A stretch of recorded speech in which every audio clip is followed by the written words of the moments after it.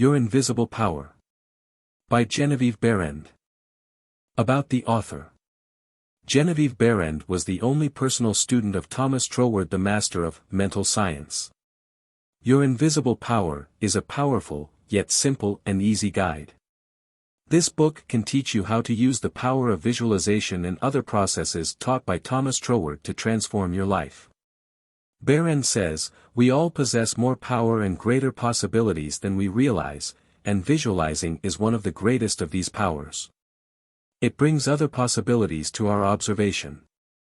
When we pause to think for a moment, we realize that for a cosmos to exist at all, it must be the outcome of a cosmic mind.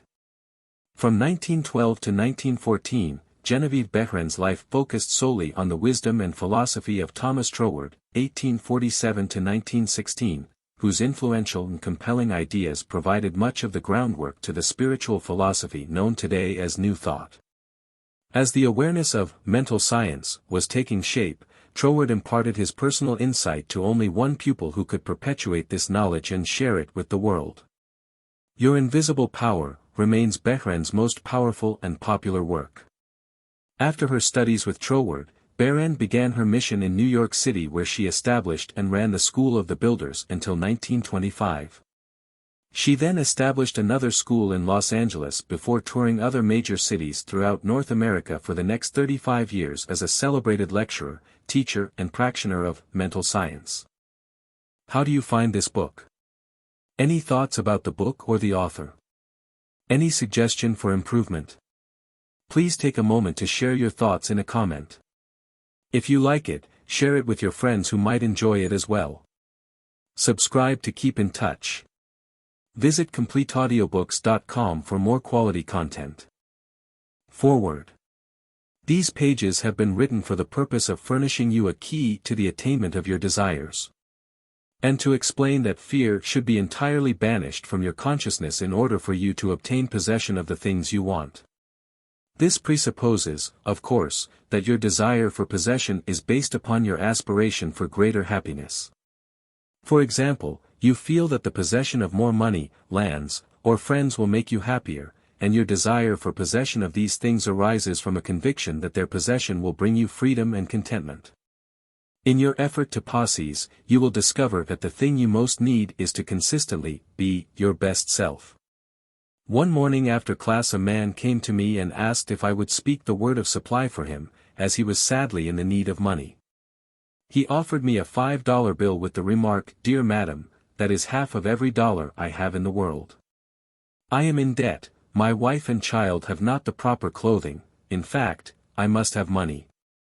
I explained to him that money was the symbol of differentiated substance, that this substance filled all space, that it was present for him at that very moment, and would manifest to him as the money he required.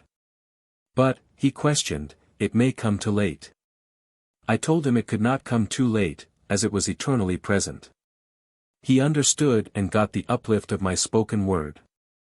I did not see the man again, but 6 months later I had a letter from him stating he was in New Orleans. He said, "I am well established here in my regular profession of photography. I own my own home, have an automobile of my own, and am generally prospering. And dear Mrs. Behrend, I want to thank you for lifting me out of the depths that day in New York. 3 days after I talked to you, a man whom I have not seen for years met me on the street. When I explained my situation to him, he loaned me the money to pay my bills and come down here. The enclosed check is to help you continue your wonderful work of teaching people how to mentally reach out and receive their never-failing supply. I would not take anything for my understanding as you have given it to me. God bless you." A feeling that greater possessions, no matter of what kind they may be, will of themselves bring contentment or happiness, is a misunderstanding. No person, place or thing can give you happiness. They may give you cause for happiness and a feeling of contentment, but the joy of living comes from within. Therefore, it is here recommended that you should make the effort to obtain the things which you feel will bring you joy, provided that your desires are in accord with the joy of living. It is also desired, in this volume, to suggest the possibilities in store for all who make persistent effort to understand the law of visualization, and who make practical application of this knowledge on whatever plane they may be. The word effort, as here employed, is not intended to convey the idea of strain. All study and meditation should be without strain or tension. It has been my endeavor to show that by starting at the beginning of the creative action, or mental picture, certain corresponding results are sure to follow.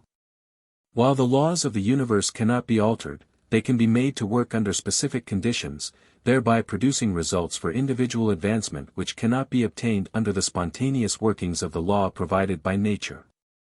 However far these suggestions I have given, of the possibilities in store for you, through visualizing, may carry you beyond your past experience, they nowhere break the continuity of the law of cause and effect.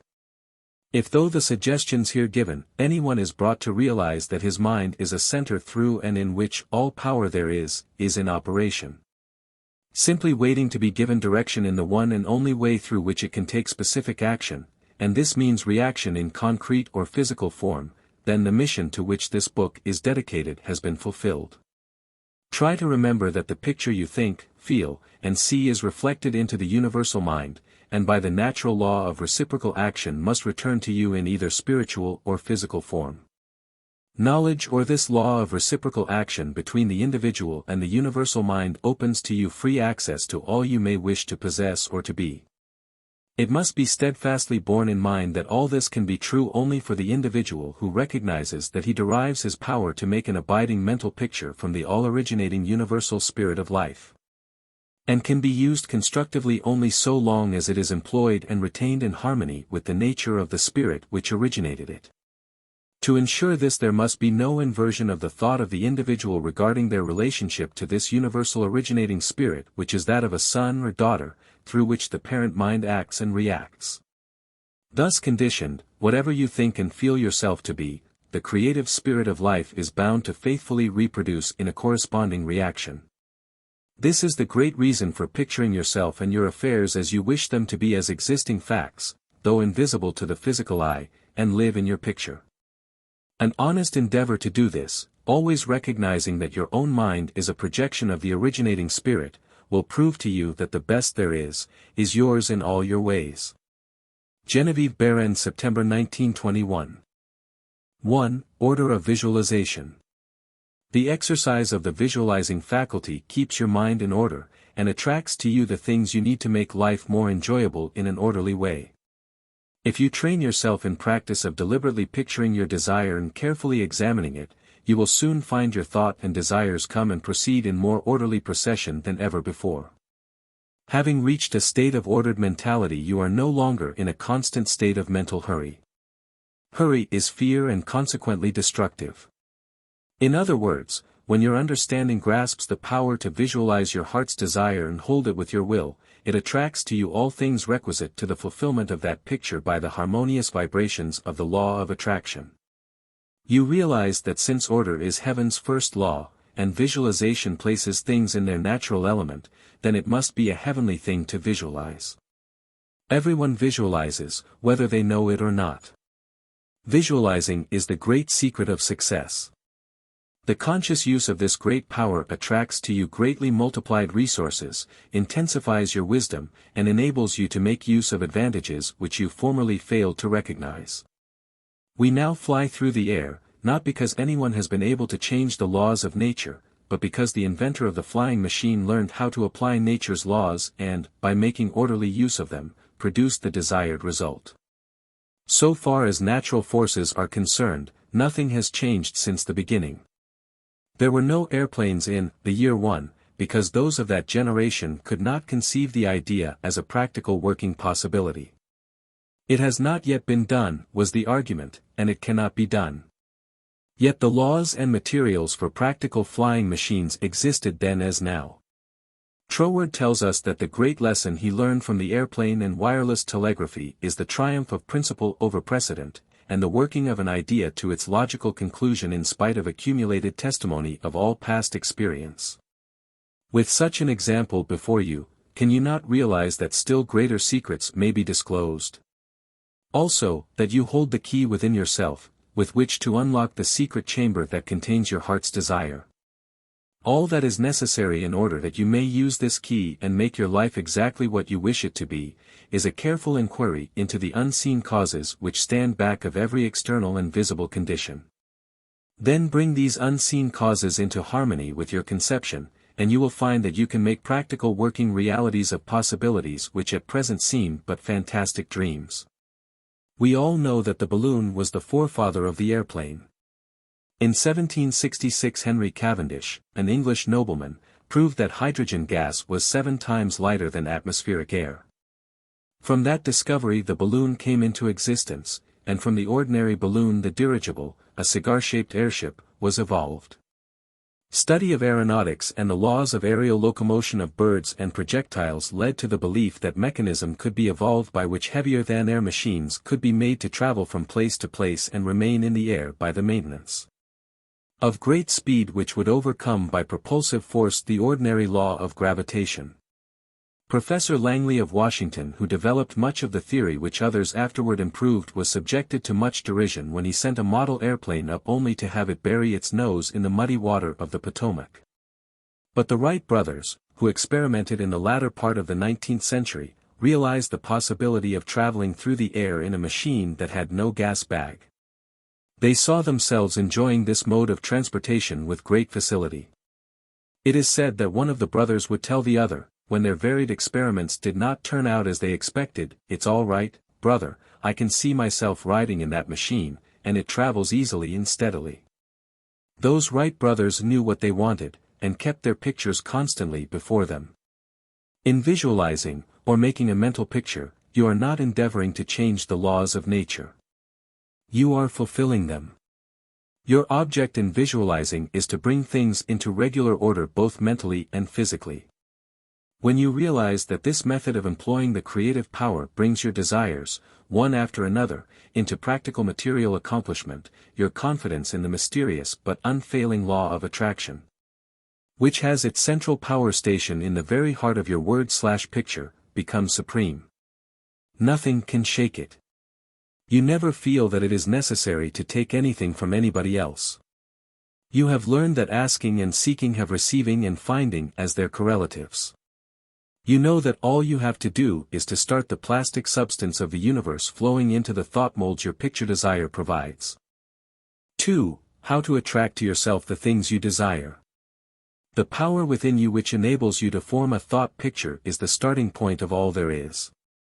In its original state it is the undifferentiated formless substance of life. Your thought picture forms the mold, so to speak, into which this formless substance takes shape.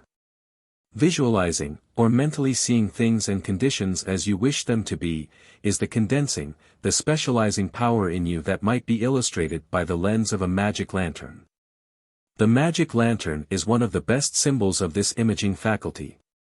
It illustrates the working of the creative spirit on the plane of the initiative and selection, or in its concentrated specializing form, in a remarkably clear manner. This picture slide illustrates your own mental picture, invisible in the lantern of your mind until you turn on the light of your will. That is to say, you light up your desire with absolute faith that the creative spirit of life, in you, is doing the work. By the steady flow of light of the will on the spirit, your desired picture is projected upon the screen of the physical world, an exact reproduction of the pictured slide in your mind. Visualizing without a will sufficiently steady to inhibit every thought and feeling contrary to your picture would be as useless as a magic lantern without the light. On the other hand, if your will is sufficiently developed to hold your picture in thought and feeling, without any ifs, simply realizing that your thought is the great attracting power, then your mental picture is as certain to be projected upon the screen of your physical world as any pictured slide put into the best magic lantern ever made. Try projecting the picture in a magic lantern with a light that is constantly shifting from one side to the other, and you will have the effect of an uncertain will. It is as necessary that you should always stand back of your picture with a strong, steady will, as it is to have a strong steady light back of a picture slide. The joyous assurance with which you make your picture is the very powerful magnet of faith, and nothing can obliterate it. You are happier than you ever were, because you have learned to know where your source of supply is, and you rely upon its never-failing response to your given direction. When all is said and done, happiness is the one thing which every human being wants, and the study of visualization enables you to get more out of life than you ever enjoyed before. Increasing possibilities keep opening out, more and more, before you. A businessman once told me that since practicing visualization and forming the habit of devoting a few minutes each day to thinking about his work as he desired it to be in a large, broad way, his business had more than doubled in 6 months.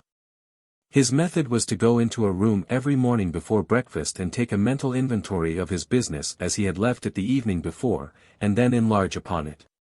He said he expanded and expanded in this way until his affairs were in remarkably successful condition. He would see himself in his office doing everything that he wanted done. His occupation required him to meet many strangers every day. In his mental picture he saw himself meeting these people, understanding their needs and supplying them in just the way they wished. This habit, he said, had strengthened and steadied his will in an almost inconceivable manner. Furthermore, by thus mentally seeing things as he wished them to be, he had acquired the confident feeling that a certain creative power was exercising itself, for him and through him, for the purpose of improving his little world. When you first begin to visualize seriously, you may feel, as many others do, that someone else may be forming the same picture you are, and that naturally would not suit your purpose. Do not give yourself any unnecessary concern about this. Simply try to realize that your picture is an orderly exercise of the universal creative power specifically applied. Then you may be sure that no one can work in opposition to you. The universal law of harmony prevents this.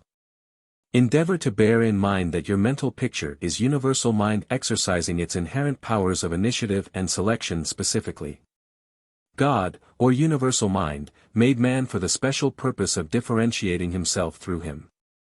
Everything that is, came into existence in this same way, by this self-same law of self-differentiation, and for the same purpose. First the idea, the mental picture or the prototype of the thing, which is the thing itself in its incipiency or plastic form. The great architect of the universe contemplated himself as manifesting through his polar opposite, matter, and the idea expanded and projected itself until we have a world, many worlds. Many people ask, but why should we have a physical world at all?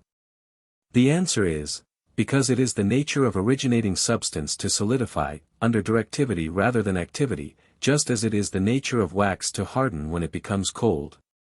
Or plaster of Paris to become firm and solid when exposed to the air. Your picture in this same divine substance in its fluent state taking shape through the individualized center of divine operation, your mind, and there is no power to prevent this combination of spiritual substance from becoming physical form. It is the nature of spirit to complete its work, and an idea is not complete until it has made for itself a vehicle. Nothing can prevent your picture from coming into concrete form except the same power that gave it birth, yourself. Suppose you wish to have a more orderly room. You look about your room and the idea of order suggests boxes, closets, shelves, hooks and so forth. The box, the closet, the hooks, all are concrete ideas of order. Vehicles through which order and harmony suggest themselves. 3. Relation between mental and physical form. Some persons feel that it is not quite proper to visualize for things. It's too material, they say. But material form is necessary for the self-recognition of spirit from the individual standpoint. And this is the means through which the creative process is carried forward. Therefore, far from matter being an illusion and something that ought not to be, as some metaphysical teachers have taught, matter is the necessary channel for the self-differentiation of spirit. However, it is not my desire to lead you into lengthy and tiresome scientific reasoning in order to remove the mystery of visualization and to put it upon a logical foundation. Naturally, each individual will do this in his own way.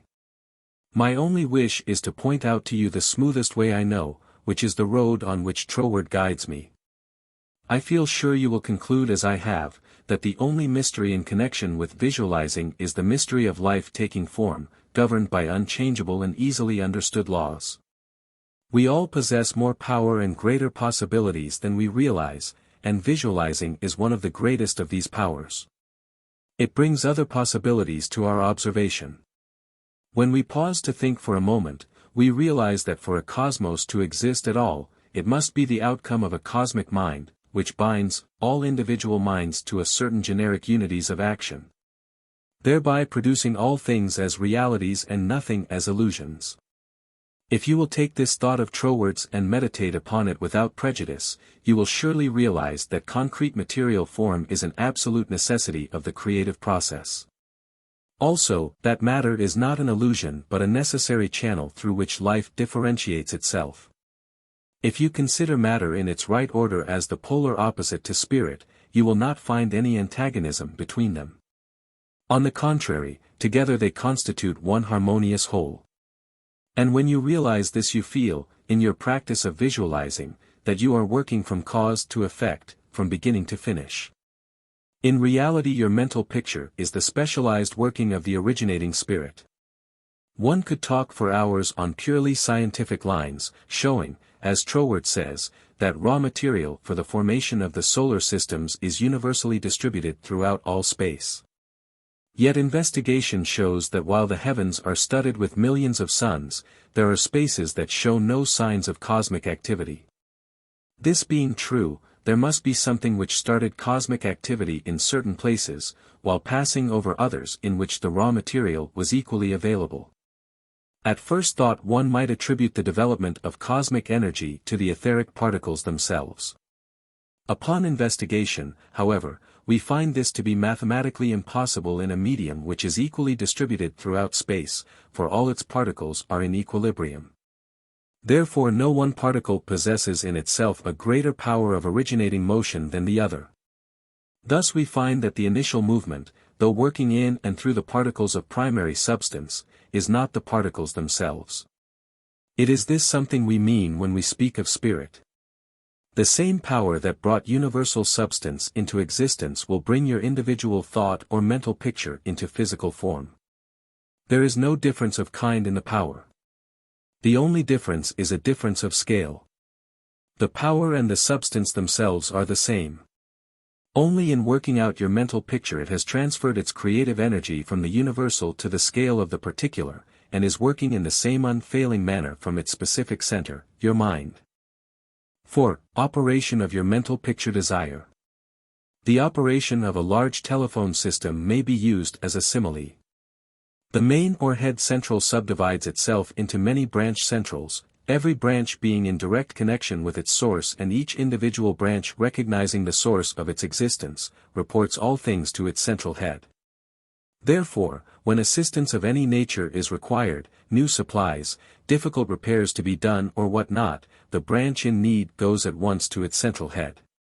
It would not think of referring its difficulties, or its successes, to the main central of a telegraph system, though they belong to the same organization. These different branch centrals know that the only remedy for any difficulty must come from the central out of which they were projected. If we, as individual branches of the universal mind, would refer our difficulties in the same confident manner to the source from which we were projected, and use the remedies that it has provided, we would realize what Jesus meant when he said, "Ask and ye shall receive." Our every equipment would be met. Surely the Father must supply the child. The trunk of the tree cannot fail to provide for its branches. Everything animate or inanimate is called into existence or outstandingness by a power which itself does not stand out. The power that creates the mental picture, the originating spirit substance of your pictured desire, does not stand out. It projects the substance of itself that is a solidified counterpart of itself, while it remains invisible to the physical eye. Only those will ever appreciate the value of visualizing who are able to realize Paul's meaning when he said, "The worlds were formed by the word of God." Things which are seen are not made of things which do appear. There is nothing unusual or mysterious in the idea of your pictured desire coming into material evidence. It is the working of a universal natural law. The world was projected by the self-contemplation of the universal mind, and this same action is taking place in its individualized branch, which is the mind of man. Everything in the whole world has its beginning in mind and comes into existence in exactly the same manner, from the hat on your head to the boots on your feet. All are projected thoughts, solidified. Your personal advance in evolution depends upon your right use of the power of visualizing, and your use of it depends on whether you recognize that you, yourself, are a particular center through and in which the originating spirit is finding ever new expression for potentialities already existing within itself. This is evolution, this continual unfolding of existing though outwardly invisible things. Your mental picture is the force of attraction that evolves and combines the originating substance into specific shape. Your picture is the combining and evolving powerhouse, so to speak, through which the originating creative spirit expressed itself. Its creative action is limitless, without beginning and without end, and always progressive and orderly. It proceeds stage by stage, each stage being a necessary preparation for the one to follow.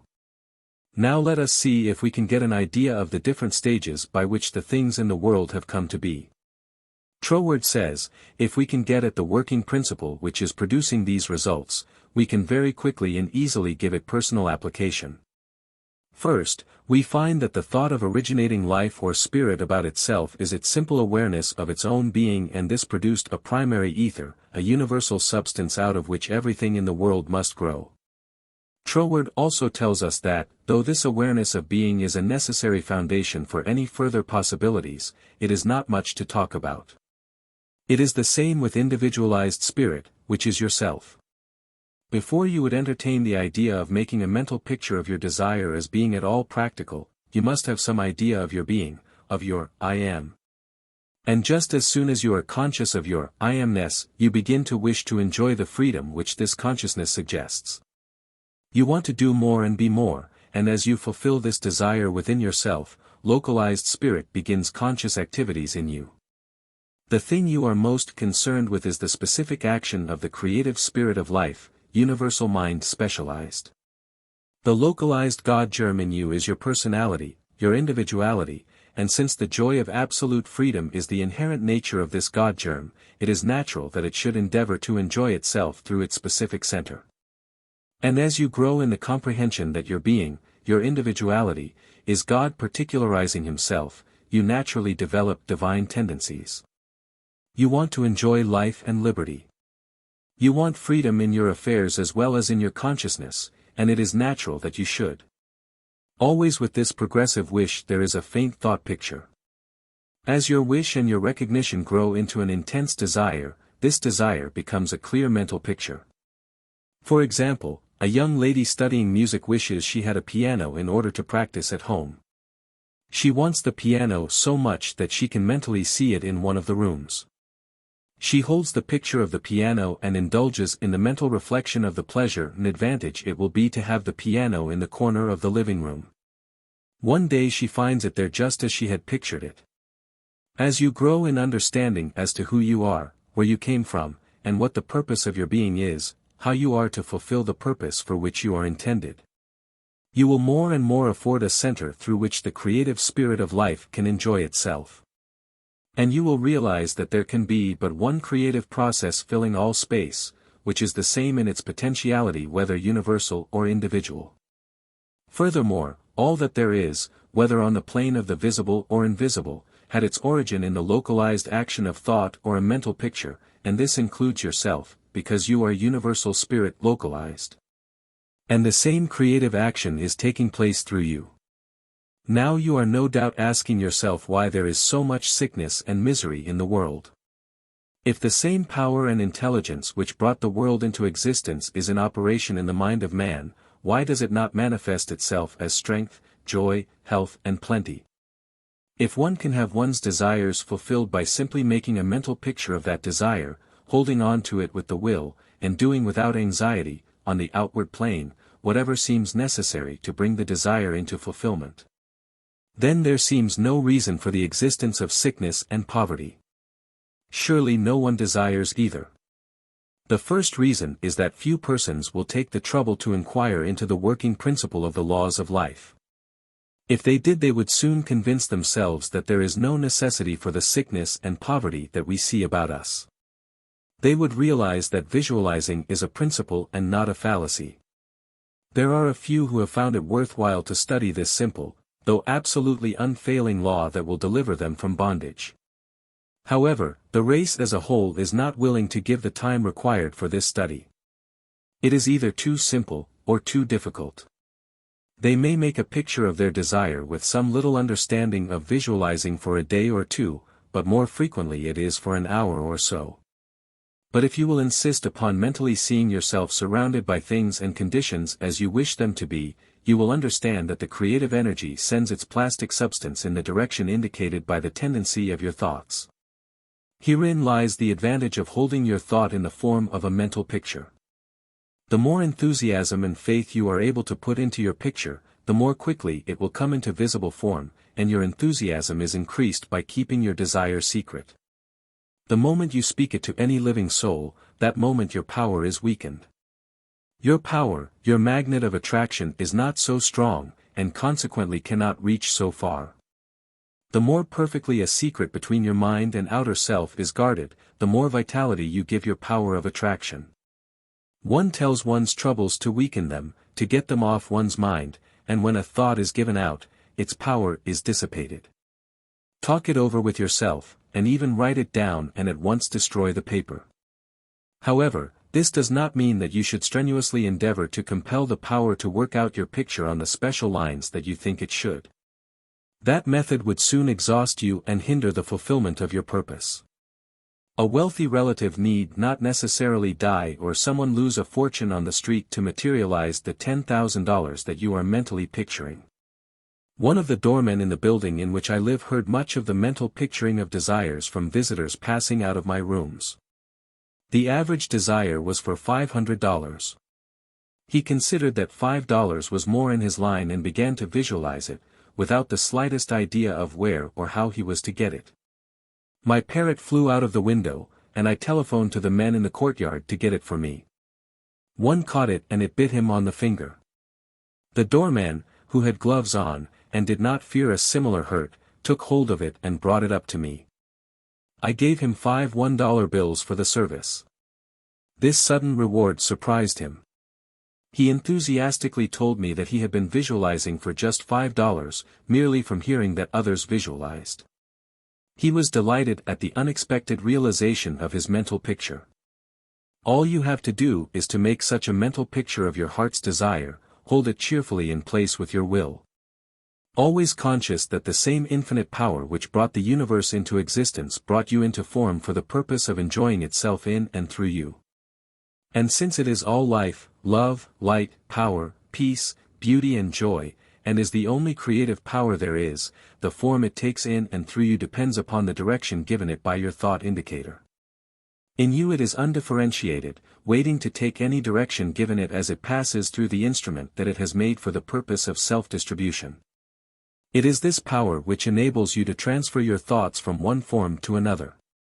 The power to change your mind is the individualized universal power taking the initiative, giving direction to the fluent substance contained in every thought. It is the simplest thing in the world to give this highly sensitive plastic substance any form you will through visualizing.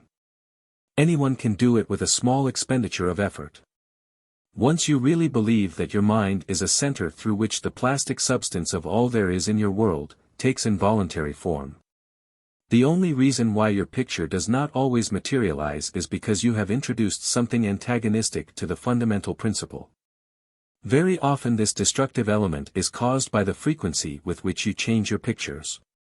After many such changes you decide that your original desire is what you want after all. Upon this conclusion you begin to wonder why, being your first picture, it hasn't materialized. The plastic substance with which you are mentally dealing is more sensitive than the most sensitive photographer's film. If, in taking a picture, you suddenly remembered you had already taken a picture on that same plate, you would not expect a perfect result of either picture. On the other hand, you may have taken 2 pictures on the same plate unconsciously. When the plate has been developed, and the picture comes into physical view, you do not condemn the principle of photography, nor are you puzzled to understand why your picture has turned out so unsatisfactorily. You do not feel that it is impossible for you to obtain a good, clear picture of the subject in question.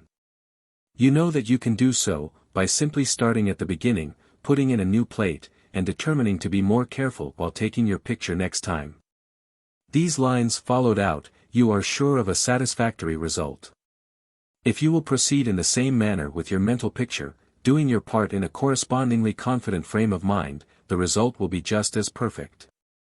The laws of visualizing are as infallible as the laws governing photography.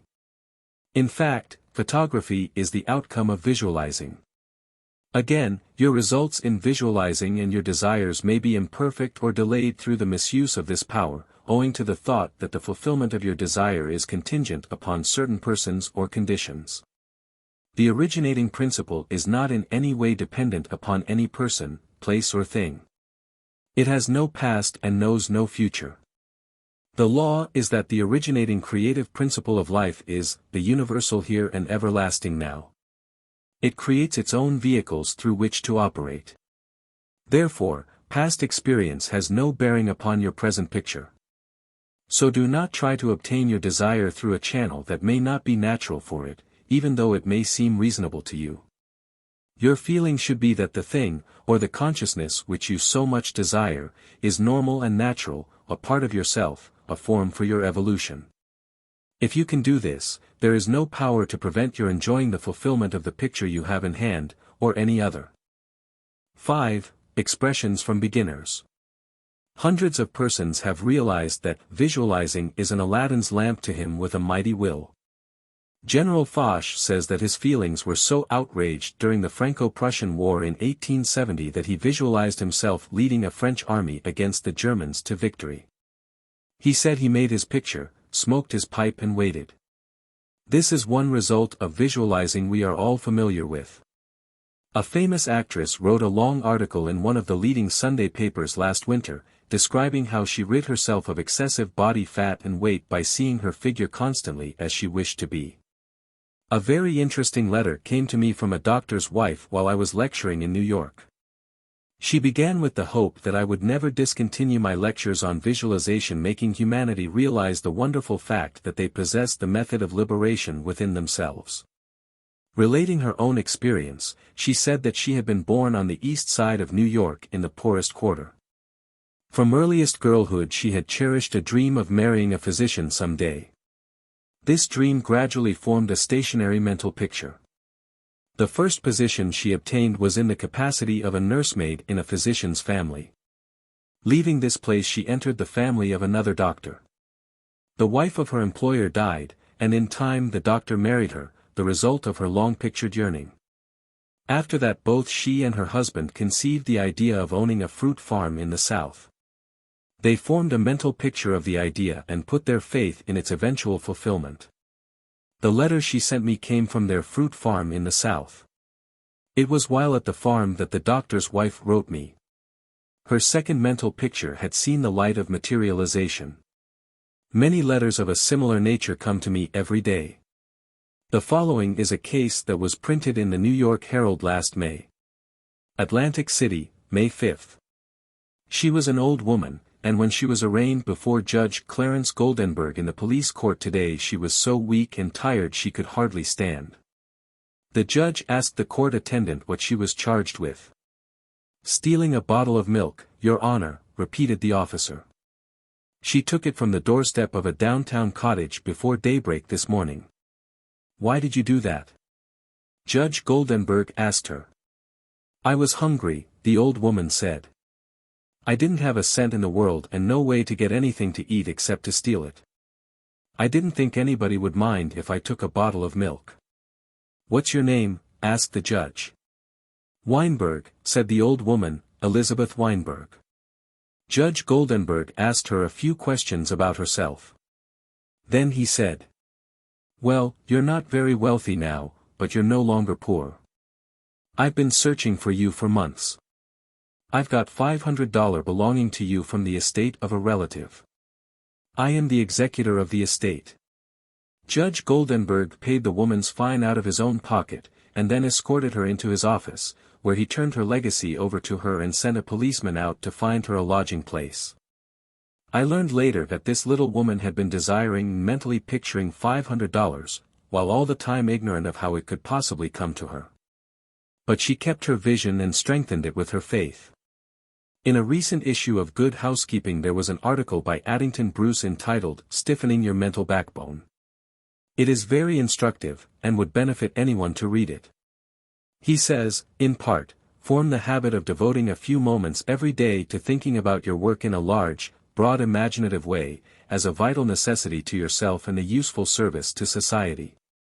Huntington, the great railway magnate, before he started building his road from coast to coast, said that he took hundreds of trips all along the line before there was a rail laid.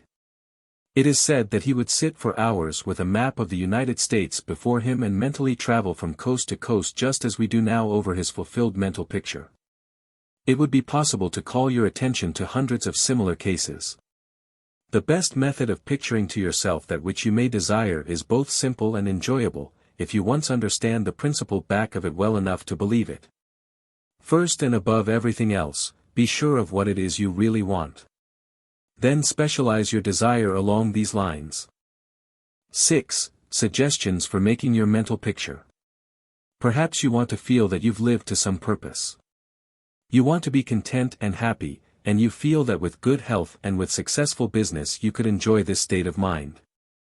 After you have decided once and for all that this is what you want, you proceed to picture yourself healthy, and your business just as great a success as you can naturally conceive it growing into. The best time for making your definite picture is just before breakfast and before retiring at night. As it is necessary to give yourself plenty of time, it may be necessary to rise earlier than is your usual habit.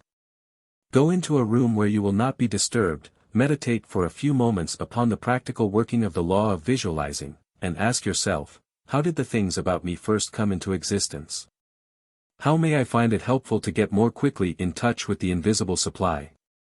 Someone felt that comfort would be better expressed and experienced by sitting on a chair than on the floor. The very beginning of the meditation, the chair, was the desire to be at ease.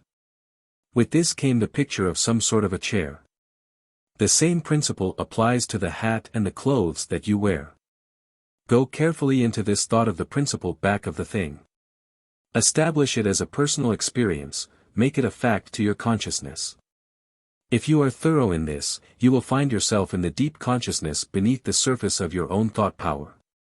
Then open a window, take about 10 deep breaths, and during the time draw a large imaginary circle of light around you. As you inhale, keeping yourself in the center of this circle of light, see great rays of light coming from the circle and entering your body at all points, centralizing itself at your solar plexus. Hold the breath a few moments at this central light of your body, the solar plexus, then slowly exhale. As you do this mentally, see imaginary rays, or sprays, of light going up through the body and down and out through the feet. Mentally spray your entire body with this imaginary light. When you have finished the breathing exercise, sit in a comfortable upright chair and mentally know there is but one life, one substance, and this life substance of the universe is finding pleasure in self-recognition in you. Repeat some affirmation of this kind, until you feel the truth and reality of the words that you are affirming. Then begin your picture. Whether your desire is for a state of consciousness or a possession, large or small, begin at the beginning. If you want a house, begin by seeing yourself in the kind of house you desire. Go all through it, taking careful note of the rooms, where the windows are situated, and such other details as help you to feel the reality of your concept. You might change some of the furniture and look into some of the mirrors just to see how healthy, wealthy, and happy you look. Go over your picture again and again until you feel the reality of it, then write it all down just as you have seen it, with the feeling that, the best there is mine. There is no limit to me, because my mind is a center of divine operation, and your picture is as certain to come true, in your physical world, as the sun is to shine. 7. Things to remember. Using your thought power for the production of new conditions. 1. Be sure to know what conditions you wish to produce. Then weigh carefully to what further results the accomplishment of your desire will lead. 2. By letting your thought dwell upon a mental picture, you are concentrating the creative spirit to this center, where all its forces are equally balanced. 3. Visualizing brings your objective mind into a state of equilibrium which enables you to consciously direct the flow of spirit to a definitely recognized purpose and to carefully guide your thought from including a flow in the opposite direction. 4. You must always bear in mind that you are dealing with a wonderful potential energy, which is not yet differentiated into any particular mold, and that by the action of your mind you can differentiate it into any specific mold that you will. Your picture assists you to keep your mind fixed on the fact that the inflow of this creative energy is taking place. Also by your mental picture you are determining the direction you wish the sensitive creative power to take, and by doing this the externalization of your picture is a certainty. 5. Remember when you are visualizing properly that there is no strenuous effort on your thoughts to hold your thought forms in place. Strenuous effort defeats your purpose, and suggests the consciousness of an adverse force to be fought against, and this creates conditions adverse to your picture. 6. By holding your picture in a cheerful frame of mind, you shut out all thoughts that would disperse the spiritual nucleus of your picture. Because the law is creative in its action, your pictured desire is certain of accomplishment. 7. The seventh and great thing to remember in visualizing is that you are making a mental picture for the purpose of determining the quality you are giving to the previously undifferentiated substance and energy rather than to arrange the specific circumstances for its manifestation. That is the work of creative power itself. It will build its own forms of expression quite naturally, if you will allow it, and save you a great deal of needless anxiety. What you really want is expansion in a certain direction, whether of health, wealth, or what not, and so long as you get it, as you surely will. If you confidently hold to your picture, what does it matter whether it reaches you by some channel which you thought you could count upon, or through some other of whose existence you had no idea? You are concentrating energy of a particular kind for a particular purpose. Bear this in mind and let specific details take care of themselves, and never mention your intention to anyone. Remember always, that nature from her clearly visible surface to her most arcane depths is one vast storehouse of light and good entirely devoted to your individual use. Your conscious oneness with the great whole is the secret of success, and when once you have fathomed this you can enjoy your possession of the whole or a part of it at will, because by your recognition you have made it, and can increasingly make it yours. Never forget that every physical thing, whether for you or against you, was a sustained thought before it was a thing. Thought as thought is neither good nor bad, it is creative action and always takes physical form. Therefore, the thoughts you dwell upon become the things you possess or do not possess. 8. Why I took up the study of mental science. I have frequently been questioned about my reasons for taking up the study of mental science, and as to the results of my search, not only in knowledge of principles, but also in the application of that knowledge to the development of my own life and experience. Such inquiries are justifiable, because one who essays the role of a messenger and teacher of psychological truths can only be effective and convincing as he or she has tested them in the laboratory of mental experience. This is particularly true in my case, as the only personal pupil of Thomas Troward, the greatest master of mental science of the present day, whose teaching is based upon the relation borne by the individual mind toward the universal creative mind which is the giver of life, and the manner in which that relation may be invoked to secure expansion and fuller expression in the individual life. The initial impulse toward the study of mental science was an overwhelming sense of loneliness. In every life there must come some such experiences of spiritual isolations as, at that period, pervaded my life. Notwithstanding the fact that each day found me in the midst of friends, surrounded by mirth and gaiety, there was a persistent feeling that I was alone in the world. I had been a widow for about 3 years, wandering from country to country, seeking for peace of mind. The circumstances and surroundings of my life were such that my friends looked upon me as an unusually fortunate young woman.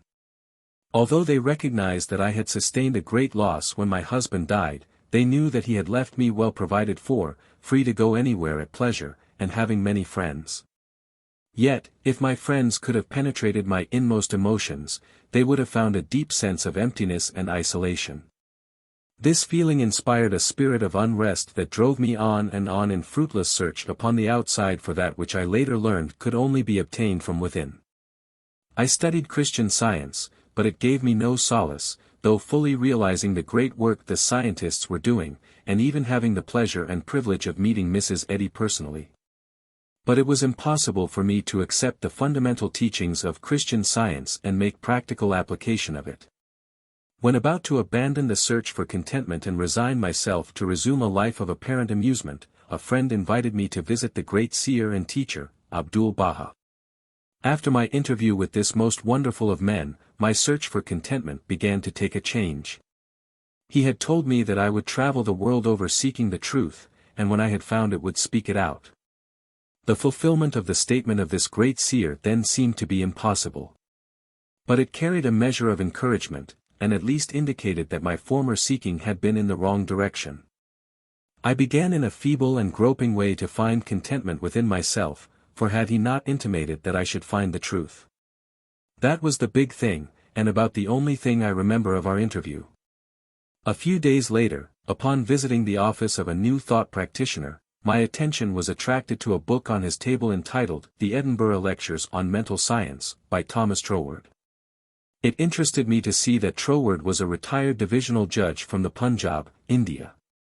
I purchased the book, thinking I would read it through that evening. Many have endeavored to do the same thing, only to find, as I did, that the book must be studied in order to be understood, and hundreds have decided, just as I did, to give it their undivided attention. After finding this treasure book I went to the country for a few days, and while there studied the volume as thoroughly as I could. It seemed extremely difficult, and I decided to purchase another book of Troward's, in the hope that its study might not require so much of an effort. Upon inquiry I was told that a subsequent volume, The Door Lectures, was much the simpler and better of the two books. When I procured it, I found that it must also be studied. It took me weeks and months to get even a vague conception of the meaning of the first chapter of Door, which is entitled Entering into the Spirit of It. I mean by this that it took me months to enter into the spirit of what I was reading. But in the meantime a paragraph from page 26 arrested my attention, as seeming the greatest thing I had ever read. I memorized it and endeavored with all my soul to enter into the spirit of Troward's words. The paragraph reads, "My mind is a center of divine operation. The divine operation is always for expansion and fuller expression, and this means the production of something beyond what has gone before, something entirely new, not included in the past experience, though proceeding out of it by an orderly sequence of growth. Therefore, since the divine cannot change its inherent nature, it must operate in the same manner with me. Consequently, in my own special world, of which I am the center, it will move forward to produce new conditions, always in advance of any that have gone before." It took an effort on my part to memorize this paragraph, but in the endeavor toward this end the words seemed to carry with them a certain stimulus. Each repetition of the paragraph made it easier for me to enter into the spirit of it. The words expressed exactly what I had been seeking for. My one desire was for peace of mind. I found it comforting to believe that the divine operation in me could expand to fuller expression and produce more and more contentment, in fact, a peace of mind and a degree of contentment greater than I had ever known. The paragraph further inspired me with deep interest to feel that the life spark in me could bring into my life something entirely new. I did not wish to obliterate my past experience, but that was exactly what Troward said it would not do. The divine operation would not exclude my past experience, but proceeding out of them would bring some new thing that would transcend anything that I had ever experienced before. Meditation on these statements brought with it a certain joyous feeling. What a wonderful thing it would be if I could accept and sincerely believe, beyond all doubt, that this one statement of Troward's was true. Surely the divine could not change its inherent nature, and since divine life is operating in me, I must be divinely inhabited, and the divine in me must operate just as it operates upon the universal plane. This meant that my whole world of circumstances, friends, and conditions would ultimately become a world of contentment and enjoyment of which I am the center. This would all happen just as soon as I was able to control my mind and thereby provide concrete center around which the divine energies could play. Surely it was worth trying for. If Troward had found this truth, why not I? The idea held me to my task. Later I determined to study with the man who had realized and given to the world so great a statement. It had lifted me from my state of despondency. The immediate difficulty was the need for increased finances. 9. How I attracted to myself $20,000. I am the laboratory of experience in which my newly revealed relation to divine operation was to be tested. The first problem was a financial one. My income was a stipulated one, quite enough for my everyday needs. But it did not seem sufficient to enable me to go comfortably to England where Troward lived, and remain for an indefinite period to study with so great a teacher as he must be. So before inquiring whether Troward took pupils or whether I would be eligible in case he did, I began to use the paragraph I had memorized. Daily, in fact, almost hourly, the words were in my mind. My mind is a center of divine operation, and divine operation means expansion into something better than has gone before. From the Edinburgh lectures I had read something about the law of attraction, and from the chapter of causes and conditions I had gleaned a vague idea of visualizing. So every night, before going to sleep, I made a mental picture of the desired $20,000.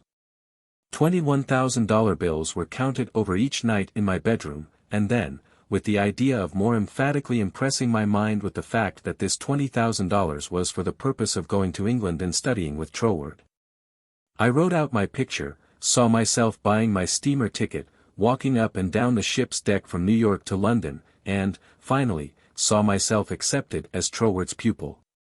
This process was repeated every morning and every evening, always impressing more and more fully upon my mind Troward's memorized statement, "My mind is a center of divine operations."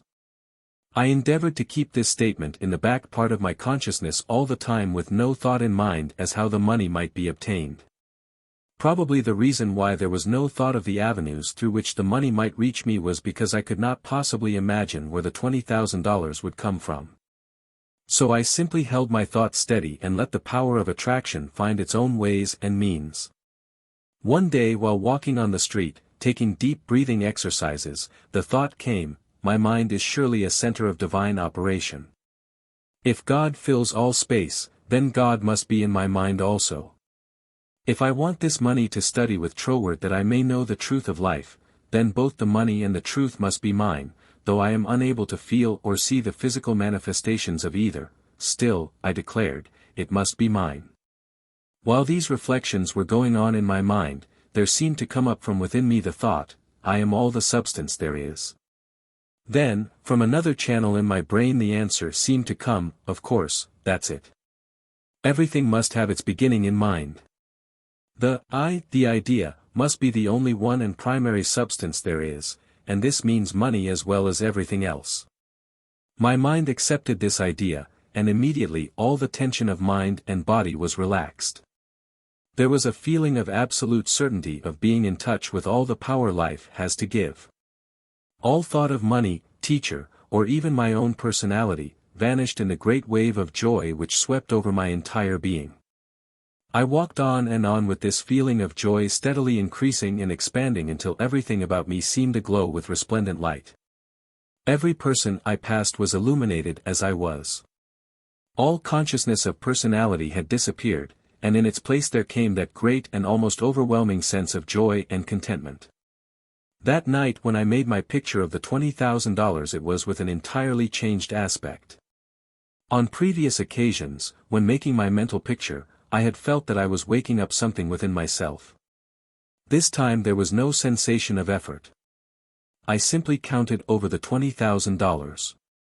Then, in a most unexpected manner, from a source of which I had no consciousness at the time, there seemed to open a possible avenue through which the money might reach me. At first it took great effort not to be excited. It all seemed so wonderful, so glorious to be in touch with supply. But had not Troward cautioned his readers to keep all excitement out of their minds in the first flush of realization of union with infinite supply, and to treat this fact as a perfectly natural result that had been reached 13 through our demand? This was even more difficult for me than it was to hold the thought that all the substance there is, I am, idea, am the beginning of all form, visible or invisible.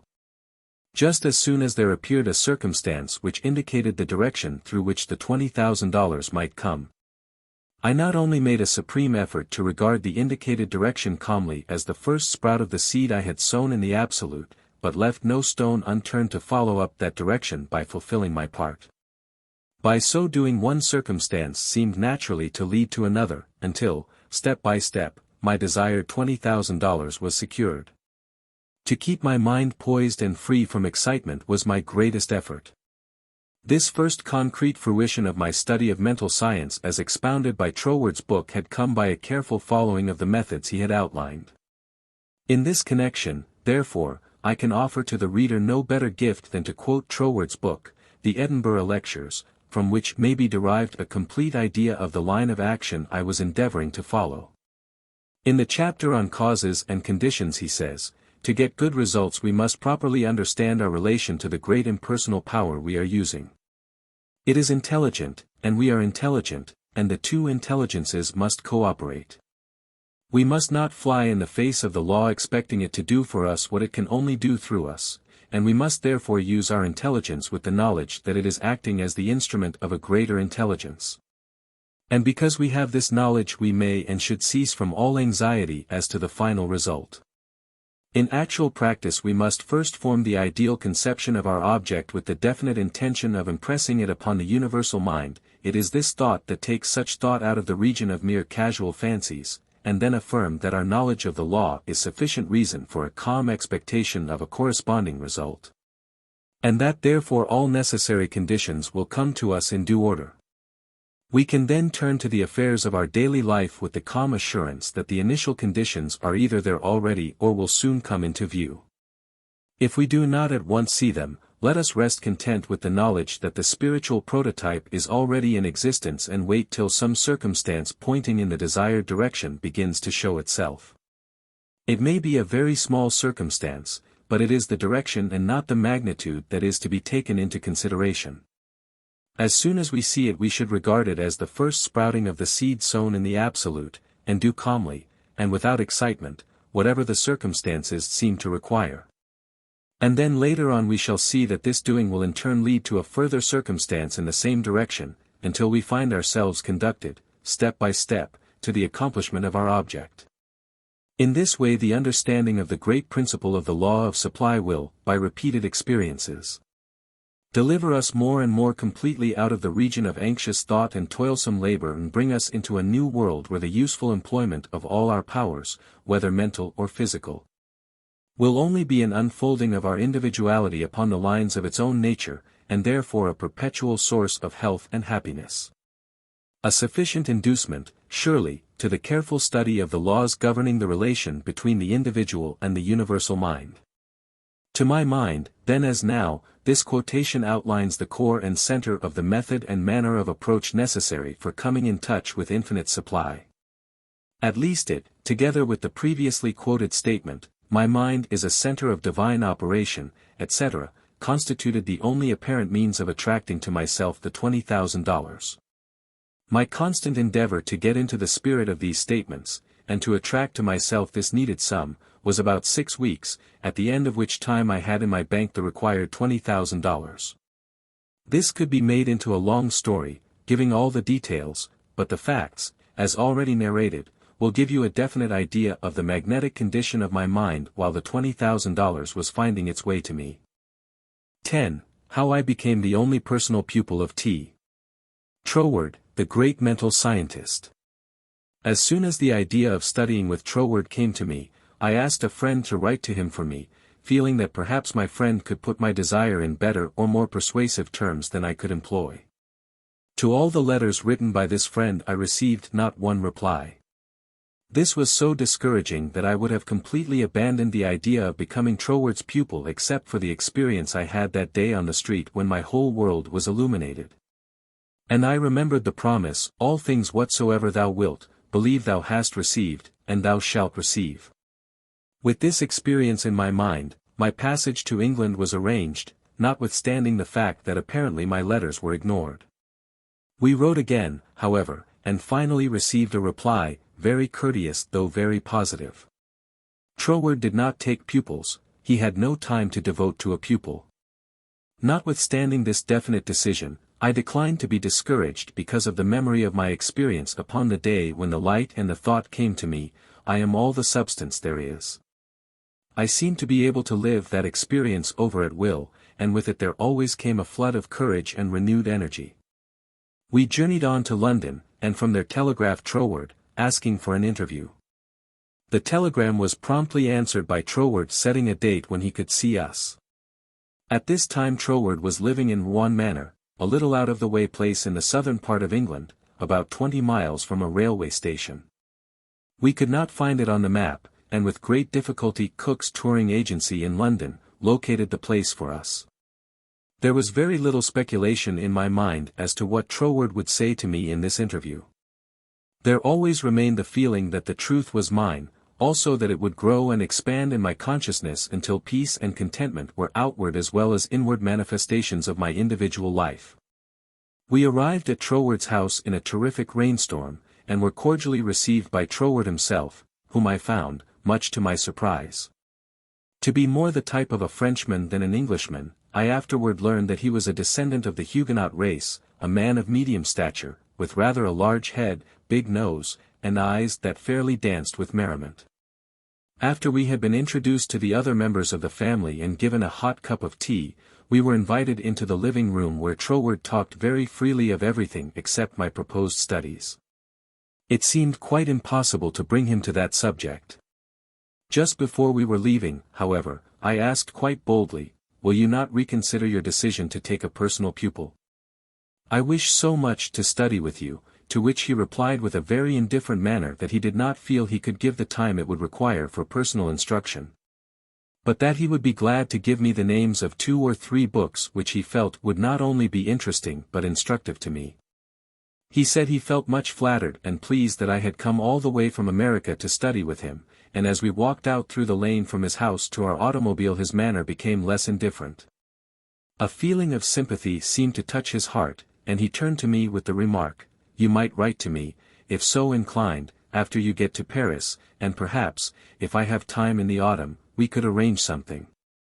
Though it does not seem possible now." I lost no time in following up his very kind invitation to write. My letters were all promptly and courteously answered, but there was never a word of encouragement as to my proposed studies.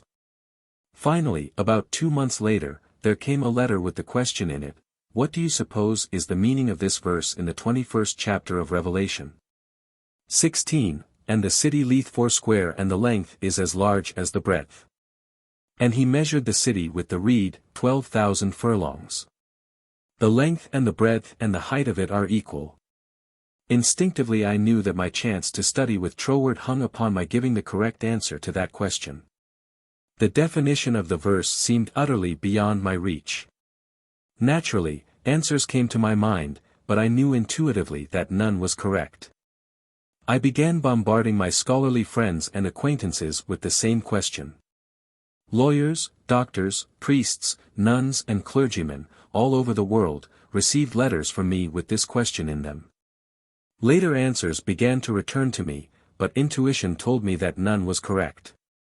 All the while I was endeavoring to find the answer for myself, but none seemed to come. I memorized the verse in order that I might meditate upon it.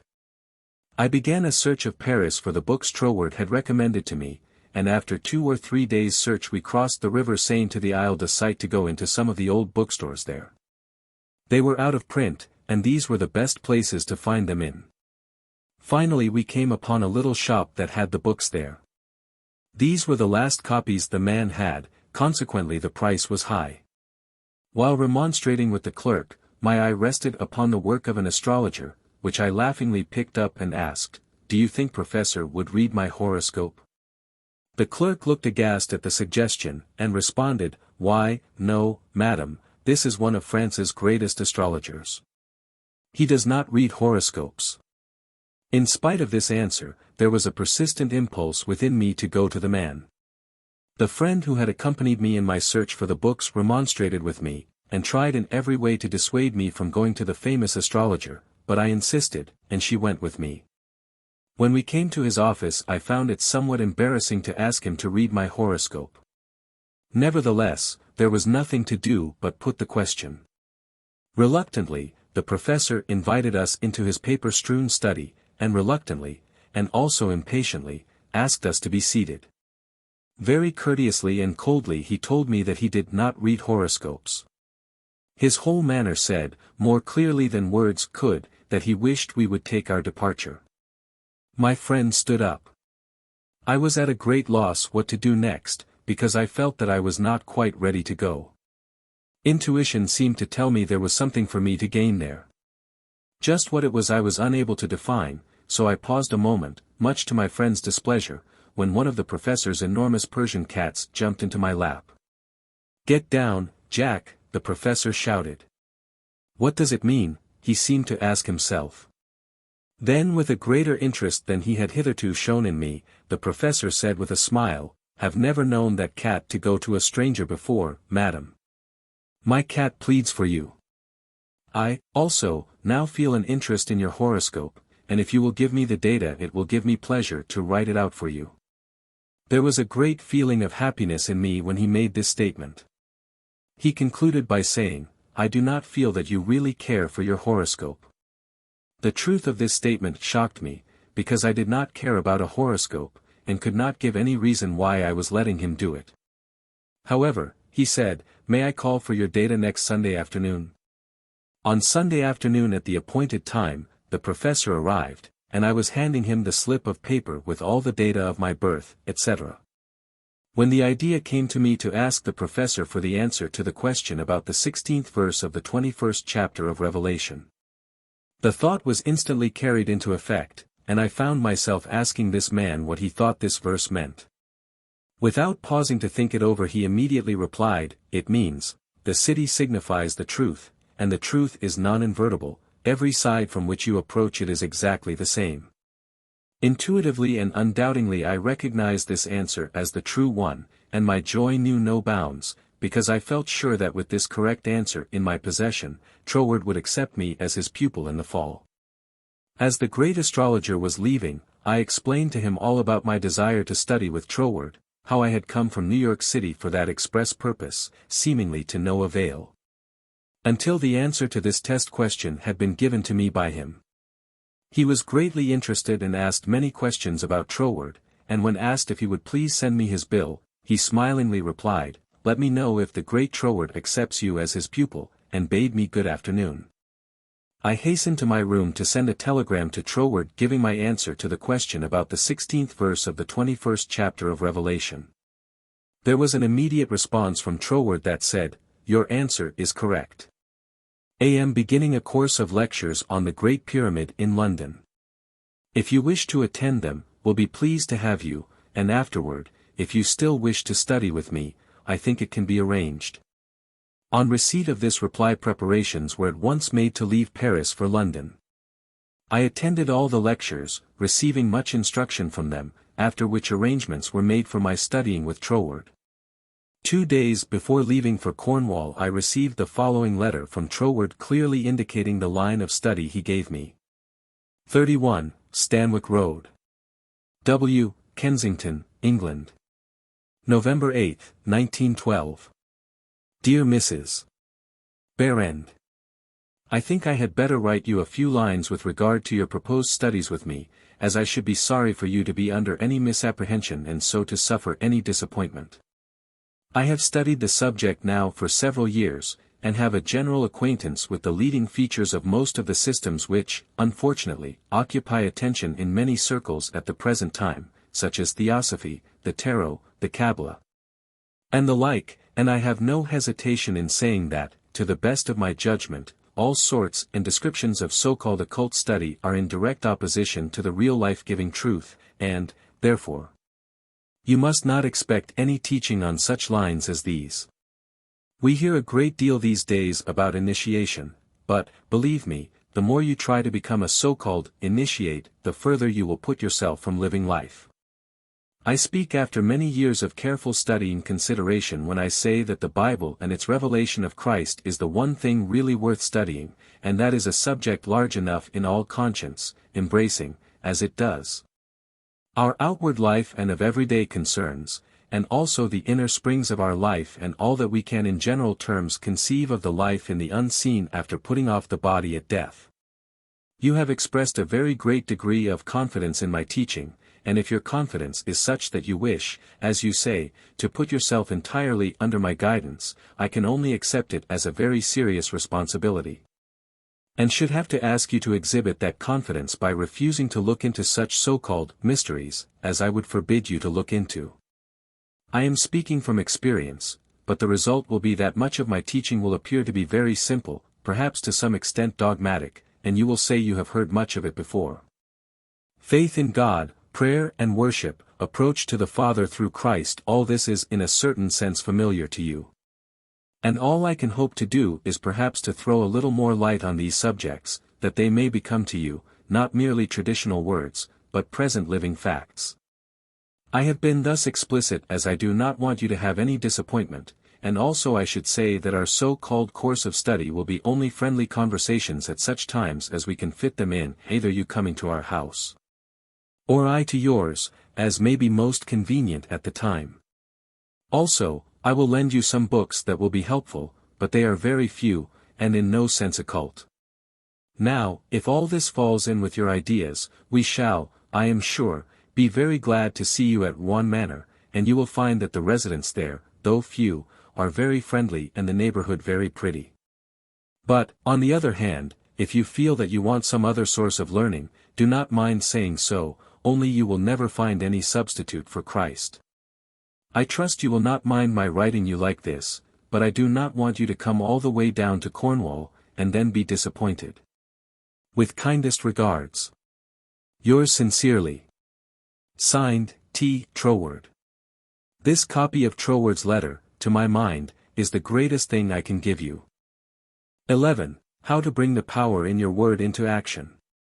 In your every word there is the power germ that expands and projects itself in the direction your word indicates, and ultimately develops into physical expression. For example, you wish to establish joy in your consciousness. Just repeat the word joy secretly, persistently and emphatically. The joy germ begins to expand and project itself until your whole being is filled with joy. This is not a mere fancy, but a truth.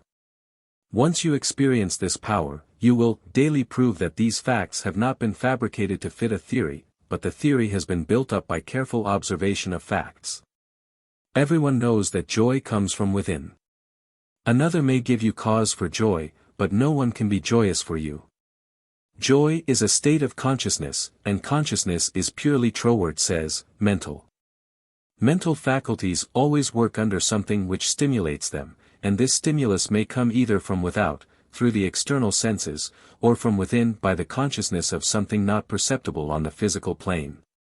The recognition of this interior source of stimulus enables you to bring into your consciousness any state you desire. Once a thing seems normal to you, it is as surely yours, through the law of growth and attraction, as it is yours to no addition after you have the conscious use of figures. This method of repeating the word makes the word in all of its limitless meaning yours, because words are the embodiment of thoughts, and thought is creative, neither good nor bad, simply creative. This is the reason why faith builds up and fear destroys. Only believe, and all things are possible unto you. It is faith that gives you dominion over every adverse circumstance or condition.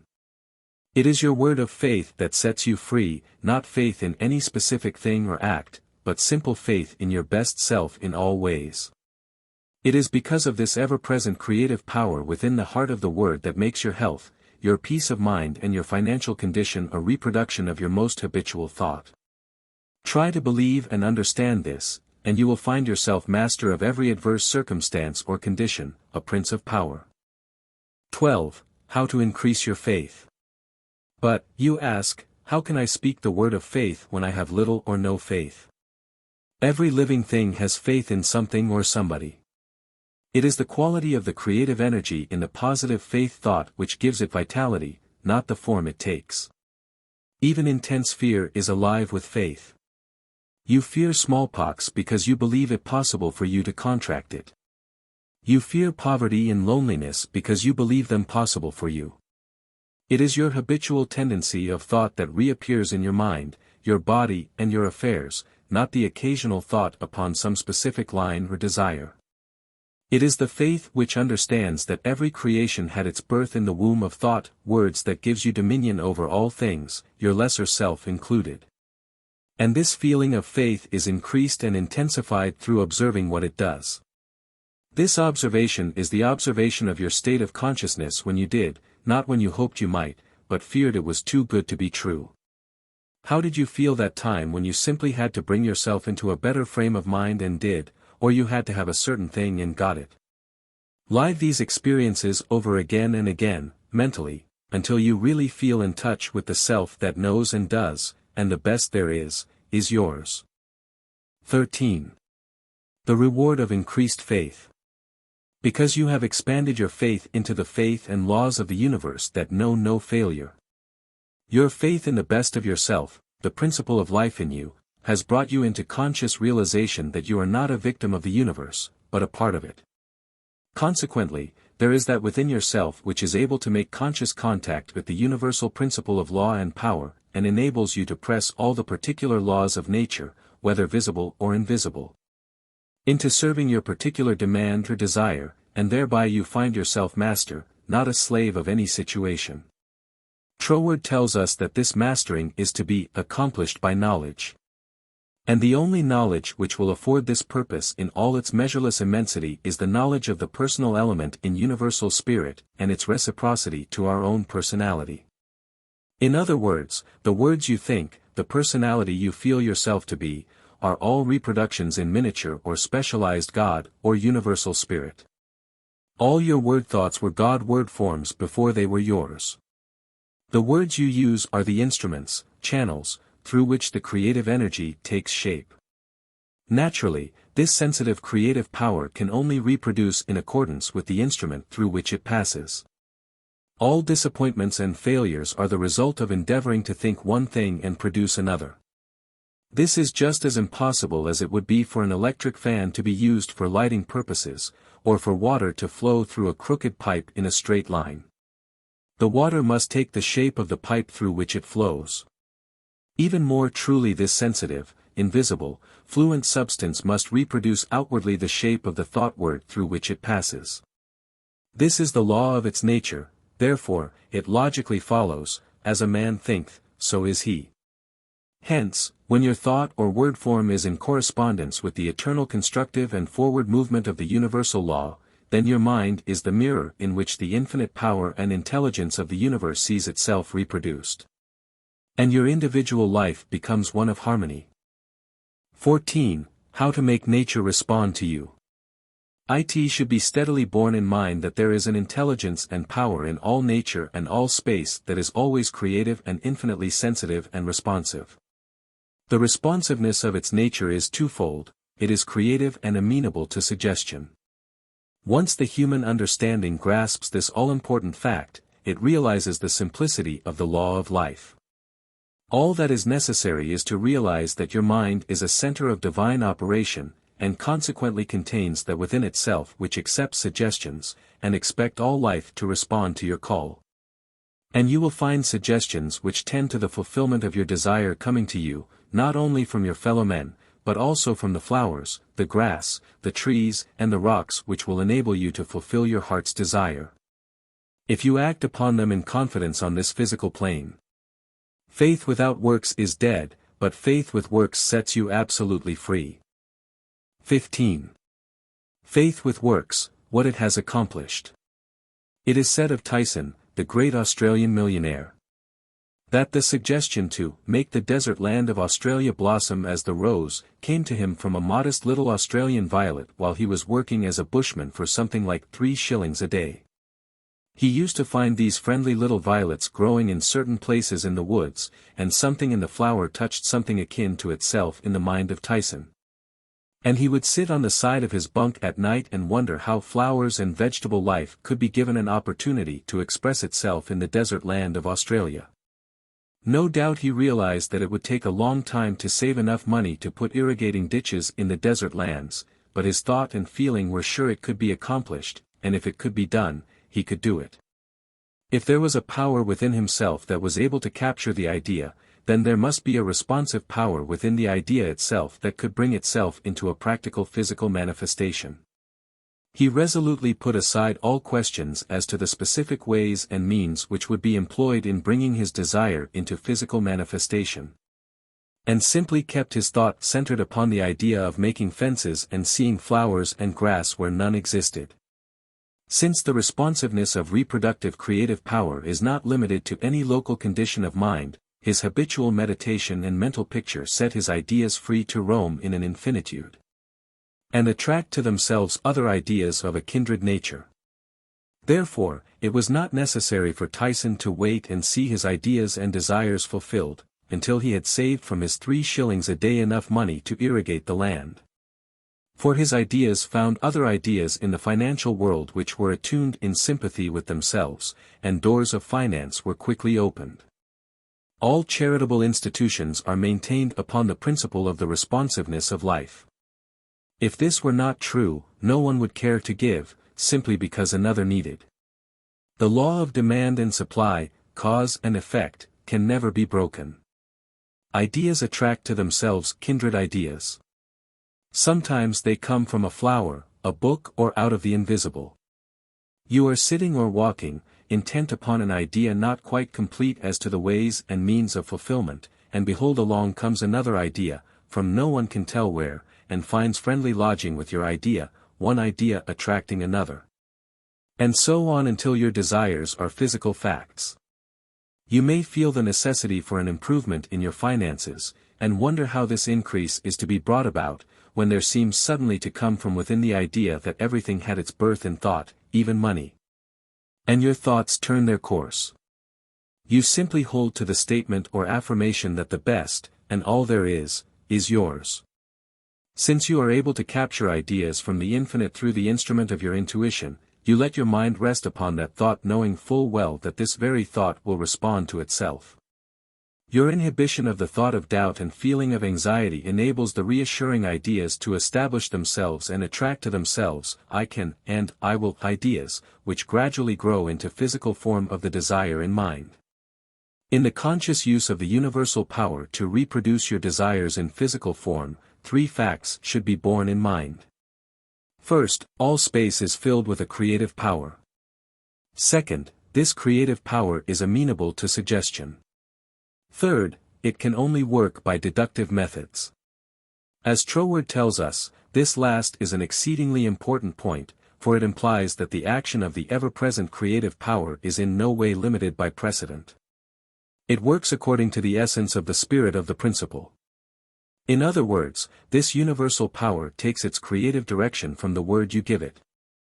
Once man realizes this great truth, it becomes the most important of all his consideration with what character this sensitive reproductive power is invested.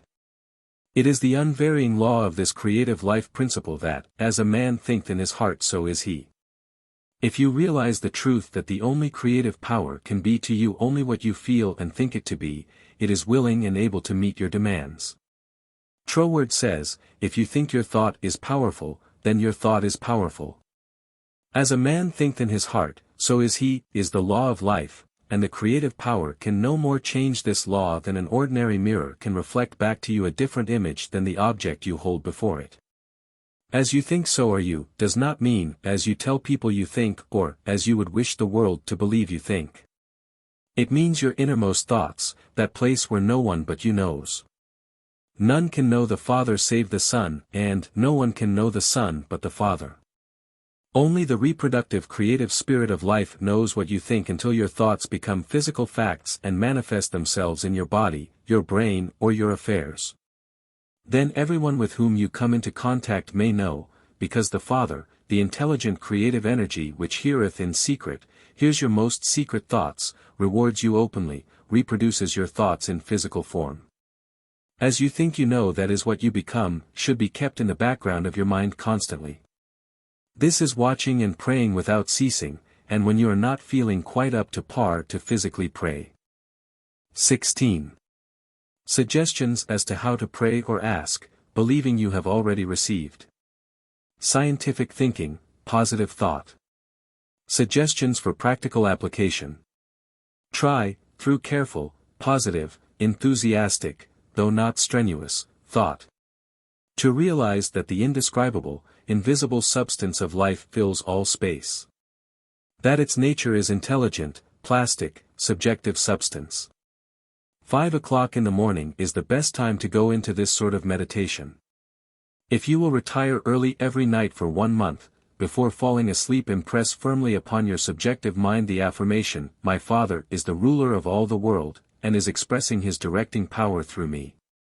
You will find that the substance of life takes form in the molds of your thoughts. Do not accept the above suggestion simply because it is given to you. Think it over carefully until the impression is made upon your own subconscious mind understandingly.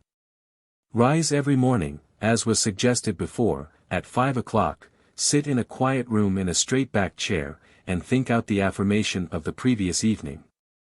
And you will realize and be able to put into practice your princely power with the realization to some extent, at least, that your mind really is a center through which all the creative energy and power there is taking form. Scientific prayer, the principle underlying scientific prayer. In prayer for a change in condition, physical, mental or financial for yourself or another. Bear in mind that the fundamental necessity for the answer to prayer is the understanding of the scientific statement. Ask, believing you have already received and you shall receive. This is not as difficult as it appears on the surface. Once you realize that everything has its origin in the mind, and that which you seek outwardly, you already possess. No one can think a thought in the future. Your thought of a thing constitutes its origin. Therefore, the thought form of the thing is already yours as soon as you think it. Your steady recognition of this thought possession causes the thought to concentrate, to condense, to project itself and to assume physical form. To get rich through creation. The recognition or conception of new forces of wealth is the loftiest aspiration you can take into your heart, for it assumes and implies the furtherance of all noble aims. Items to be remembered about prayer for yourself or another. Remember that that which you call treatment or prayer is not, in any sense, hypnotism. It should never be your endeavor to take possession of the mind of another. Remember that it should never be your intention to make yourself believe that which you know to be untrue. You are simply thinking into God or first cause with the understanding that if a thing is true at all, there is a way in which it is true throughout the universe. Remember that the power of thought works by absolutely scientific principles. These principles are expressed in the language of the statement. As a man thinketh in his heart, so is he. This statement contains a world of wisdom, but man's steady recognition and careful application of the statement itself is required to bring it into practical use. Remember that the principles involved in being as we think in our heart are elucidated and revealed by the law, as you sow, you shall reap. Remember that your freedom to choose just what you will think, just what thought possession you will affirm and claim constitutes God's gift to you. It shows how First Cause has endowed every man with the power and ability to bring into his personal environment whatever he chooses. Cause and effect in reference to getting. If you plant an acorn, you get an oak. If you sow a grain of corn, you reap a stalk and many kernels of corn. You always get the manifestation of that which you consciously or unconsciously affirm and claim, habitually declare and expect, or in other words, ASUSOW. Therefore, sow the seeds of I am. I ought. I can. I will. Realize that because you are you ought, that because you ought, you can, that because you can, you do. The manifestation of this truth, even in a small degree, gives you the indisputable understanding that dominion is your charter right. You are an heir of First Cause, endowed with all the power he has. God has given you everything. All is yours, and you know that all you have to do is to reach out your mental hand and take it. This formula may serve as a pattern to shape your own prayer or affirmation into God for the benefit of another or yourself. If for another, you speak the Christian name of the person you wish to help, then dismiss their personality entirely from your consciousness. Intensify your thought by meditating upon the fact that there is that in you which finds the way, which is the truth and is the life. You are affirming this fact, believing that since you are thinking this, it is already yours. Having lifted up your feeling to the central idea of this meditation, you examine your own consciousness to see if there is aught which is unlike God. If there is any feeling of fear, worry, malice, envy, hatred, or jealousy, turn back in your meditation to cleanse your thought through the affirmation that God's love and purity fill all space including your heart and soul. Reconcile your thought with the love of God, always remembering that you are made in the image and likeness of love. Keep this cleansing thought in mind until you feel that you have freed your consciousness entirely of all thoughts and feelings other than love and unity with all humanity. Then if denials do not disturb you, deny all that is unlike your desired manifestation. This accomplished, you almost overlay your denial with the affirmative thought that you are made in the image and likeness of God and that you already have your desire fulfilled in its original spiritual or thought form. Closing of prayer. Prayer as a method of thought is a deliberate use of the law which gives you the power of dominion over everything which tends in any way to hamper your perfect liberty. You have been given life that you may enjoy it more and more fully. The steady recognition of this truth makes you declare yourself a prince of power. You recognize, accept and use this power as a child of a king, and hence dominion is your birthright. Then when you feel the light of this great truth flooding your consciousness, open the floodgates of your soul in heartfelt praise that you have the understanding that the Creator and His creation are one. Also that the Creator is continually creating through His creation. Close your treatment in the happy assurance that the prayer which is fulfilled is not a form of supplication but a steady habitual affirming that the Creator of all creation is operating specifically through you. Therefore, the work must be perfectly done. Your mind is a center of divine operation. Hints for application and practice.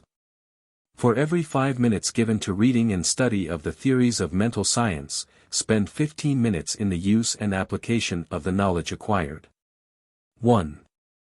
Spend 1 minute in every 24 hours in conscientiously thinking over the specification that must be observed in order to have your prayers answered. 2. Practice the steady recognition of desirable thought possession for 2 periods of 15 minutes each every day.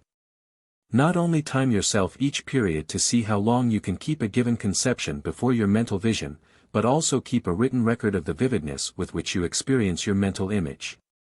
Remember that your mental senses are just as varied and trainable as your physical ones.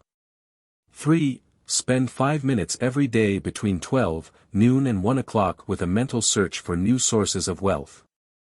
17. Things to remember.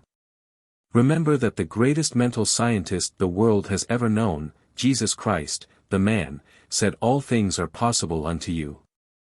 Also the things I do you can do. Did he tell the truth? Jesus did not claim to be more divine than you are. He declared the whole human race children of God. By birth he was no exception to this rule. The power he possessed was developed through his personal effort. He said you could do the same if you would only believe in yourself. A great idea is valueless unless accompanied by physical action. God gives the idea, man works it out upon the physical plane. All that is really worthwhile is contentment. Self-command alone can produce it. The soul and body are one.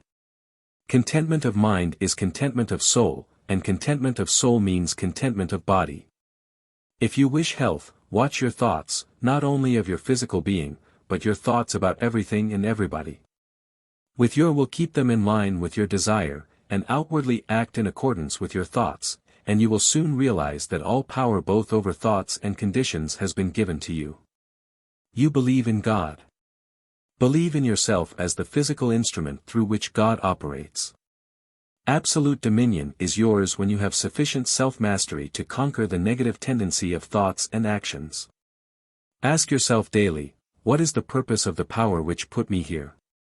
How can I work with the purpose for life and liberty in me? Upon having decided these questions, endeavor hourly to fulfill them. You are a law unto yourself.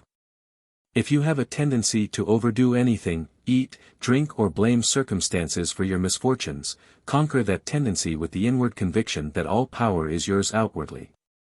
Eat less, drink less, blame circumstances less, and the best there is will gradually grow in the place where the worst seem to be. Always remember that all is yours to use, as you will. You can if you will you do. God the Father blesses you with all He has to give. Make good godly use of it. The reason for greater success when you first began your studies and demonstrations in mental science is that your joy and enthusiasm at the simple discovery of the power within was greater than you have been able to put into your understanding. Later.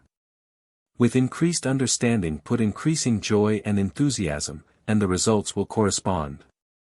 The end.